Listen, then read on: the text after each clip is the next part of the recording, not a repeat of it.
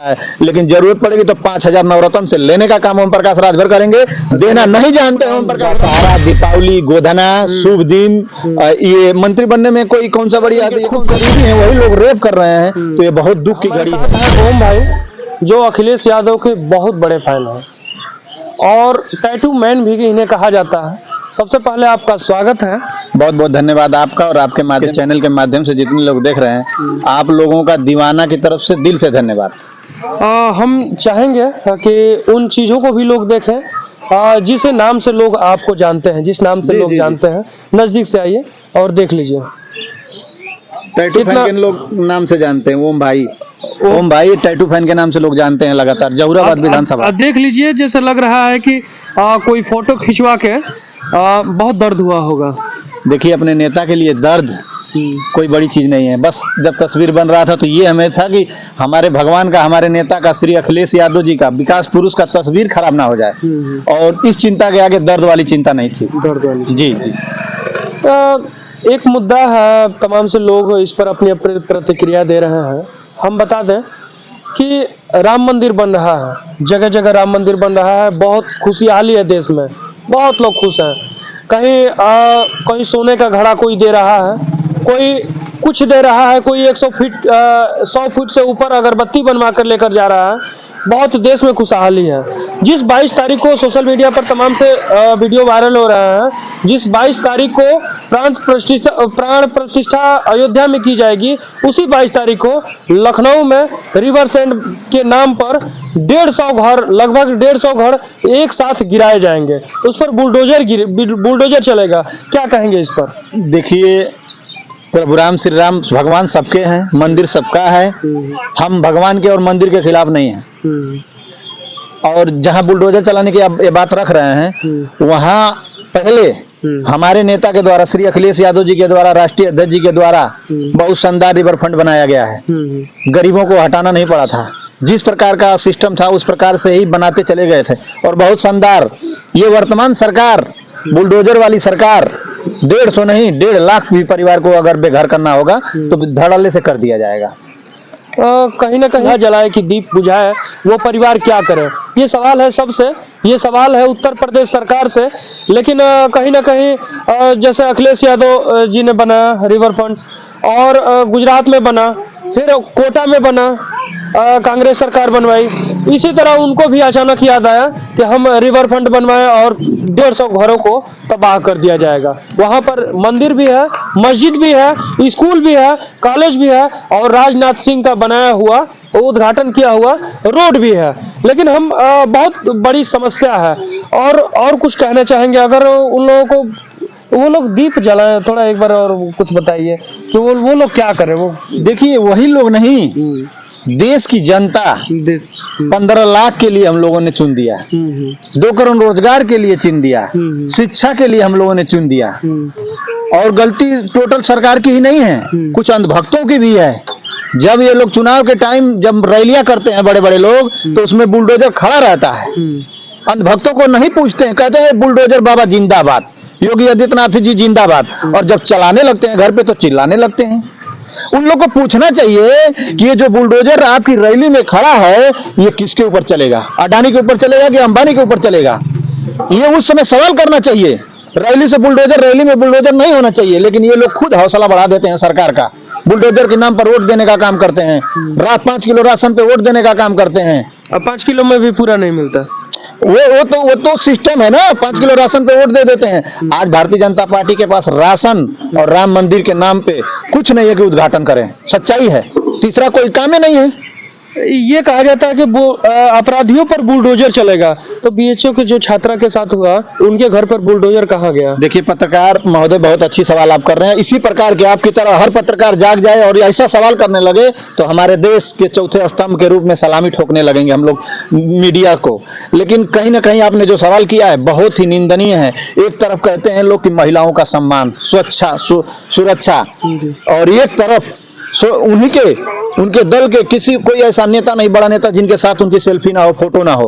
और वैसे कार्यकर्ता ना जाने अब बीजेपी के प्रचार भी कर रहे हैं। मध्य प्रदेश चुनाव प्रचार में भी थे, गए थे। समझ रहे हैं? तो ऐसे लोग इस प्रकार का अगर महिलाओं का सम्मान कर रहे हैं, लोग इनके खूब करीबी हैं, वही लोग रेप कर रहे हैं, तो ये बहुत दुख की घड़ी है। जनता को समझने की जरूरत है, उस सरकार को लाने की जरूरत है जो मंदिर मस्जिद की बात ना करे, हिंदू मुसलमान की बात ना करे, शिक्षा रोजगार की बात करे। आज शिक्षा का स्तर कहाँ है? हमारे और आपके क्षेत्र में जो गांव में स्कूल है उसका स्तर क्या है? पहले से स्तर गिर रहा है, उसको कैसे बढ़ाया जाए उसकी जरूरत है। और जहुराबाद से मैं बिलोंग करता हूं और मैं आपसे कहूंगा कि ज्यादातर मैं जहुराबाद के विकास की आवाज को रखता हूं। अपनी विधायक जी से हमारी जो है कि आमना सामना होती रहती है, 2 बार से वो विधायक हैं और आज तक कोई विकास नहीं है, इसलिए मैं ज्यादा अपनी जहुराबाद से आप सवाल करेंगे तो बहुत अच्छा अच्छा, जहुराबाद जी। रही बात जहुराबाद, यहाँ से ओम प्रकाश राजभर आपके पार्टी से जैसे मिलाप हुआ और विधायक भी बने, दूसरी बार विधायक बने। यहाँ का विकास तमाम से मुद्दे लेकर आए। अगर यहाँ पर जब पहली बार जब विधायक बने तो उन्होंने साफ शब्द में कहा था कि लखनेश्वर डी को पर्यटन स्थल बनाया जाएगा। क्या आपको लगता है कि कभी ओम प्रकाश राजभर जी कहते हैं कुछ और करते हैं कुछ और इसीलिए शायद किसके साथ कहे नहीं, हम लोगों के साथ गठबंधन से, हमारे प्रत्याशी से, हमारे नेता श्री अखिलेश यादव जी के एक इशारे पर हम समाजवादियों ने कदम से कदम मिला करके ओम प्रकाश राजभर जी को जिताकर सदन में भेजने का काम किया। दूसरी बार ओम प्रकाश राजभर जी को दोबारा विधायक यहाँ जहुराबाद की सम्मानित जनता नहीं बनाती। बनाने का कारण है ओम प्रकाश राजभर जी ने मंच पर, हर मंच पर, जहुराबाद में हर एक मंच पर घूमकर कहा है, गांव में कहा है कि मैं आरक्षण के लिए अपने पद को त्याग करने का काम किया हूं, मंत्री पद को छोड़ने का काम किया हूं, भारतीय जनता पार्टी को लात मार के आने का काम किया हूं। इसलिए जाकर के दोबारा जहुराबाद की जनता ने, ये सच्चाई है कि ओम प्रकाश राजभर जी का इसी कासमाबाद कोतवाली में एक पुलिस होमगार्ड उनकी कोई सुनवाई नहीं करता था। 5 साल विधायक थे भारतीय जनता पार्टी के गठबंधन से, लेकिन कोई सुनवाई और कोई काम नहीं था। यही कहे कि मैं कोई काम नहीं करा पाया क्योंकि मंत्री पद को छोड़ दिया था।